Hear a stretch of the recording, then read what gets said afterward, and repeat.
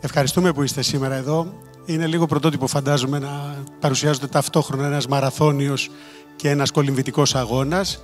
Η εμπλοκή μας όμως και στους δύο μας φέρνει εδώ για να κάνουμε και τις παρουσιάσεις και των δύο. Ουσιαστικά προτρέποντας τον κόσμο να έρθει στα Χανιά, να τρέξει και να κολυμπήσει. Αυτό είναι το μήνυμα. Εγώ με τη σειρά μου να ευχηθώ πολύ καλή επιτυχία, να κατέβει πολλής κόσμος κάτω στα Χανιά για τα δύο αυτά events, για το Μαραθώνια πρώτα και για το Ocean Man στη συνέχεια. Η χαρά μου είναι πολύ μεγάλη σαν αντιδήμαρχος αθλητισμού του Δήμου Χανίων.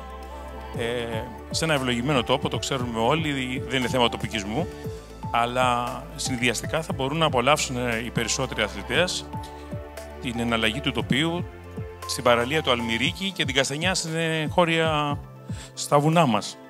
Είμαστε πολύ χαρούμενοι που σαν Περιφέρεια Κρήτης στηρίζουμε και εμείς δύο μεγάλα γεγονότα όπως είναι ο Μαραθώνιος Κρήτης που γίνεται τα τελευταία 8 συναπτά έτη.